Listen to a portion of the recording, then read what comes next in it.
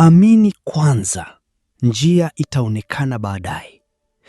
Kuna wakati katika maisha tunahangaika sana kutafuta jinsi ndoto zetu zitatimia, mpaka tunasahau kuwa si kila jambo linahitaji sisi kulisukuma kwa nguvu zetu wenyewe. Mungu tayari anaona njia, hata pale ambapo macho yako hayaoni chochote. Unachotakiwa kufanya ni kuchagua kile unachokitaka moyoni mwako kwa imani ya kweli. Kisha mwachie Mungu aipangilie njia. Usijifunge kwenye swali la itatokeaje, itawezekanaje, nani atanisaidia, je, nitafanikiwa? Kwa sababu mara nyingi akili ya mwanadamu huona njia chache sana, lakini Mungu anaona uwezekano usio na mwisho. Watu wengi tunakata tamaa mapema, hata kabla hatujaanza, na si kwa sababu ndoto zetu haziwezekani, bali kwa sababu hatuoni jinsi ya kuzitimiza in a positive way. Yaani sisi wenyewe tunajiwekea vikwazo kibao na kujikatisha tamaa, na hii ndiyo sababu kubwa inayotufanya tusifanikiwe kwenye mipango yetu.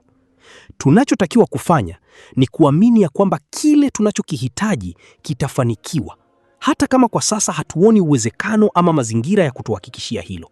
Na hapo ndipo nguvu ya imani huanza. Unapoachilia hofu ya kutaka kudhibiti kila kitu, unaipa nafasi dunia, the universe, unaipa nafasi nguvu ya Mungu kuanza kuleta watu sahihi, fursa sahihi na mazingira sahihi katika maisha yako. Kile ambacho leo kinaonekana hakiwezekani, kesho kinaweza kuja kwa njia ambayo hukuwahi hata kuifikiria.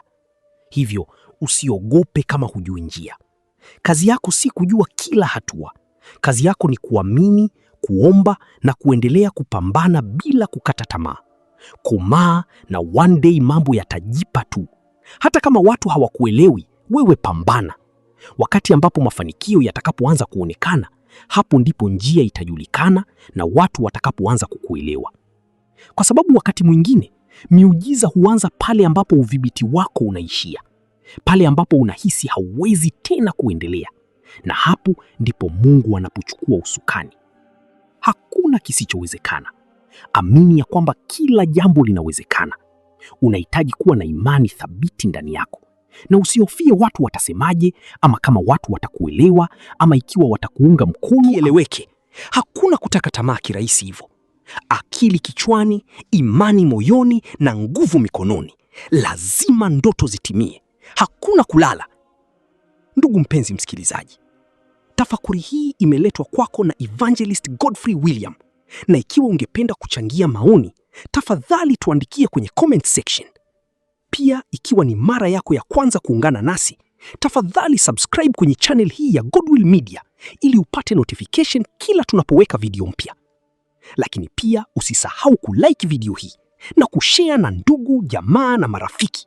Labda kunaye ambaye akiona video yamkini ikafanyika chachu ya mabadiliko maishani mwake.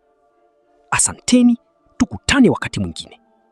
Godwill Media, fikra sahihi, maisha bora.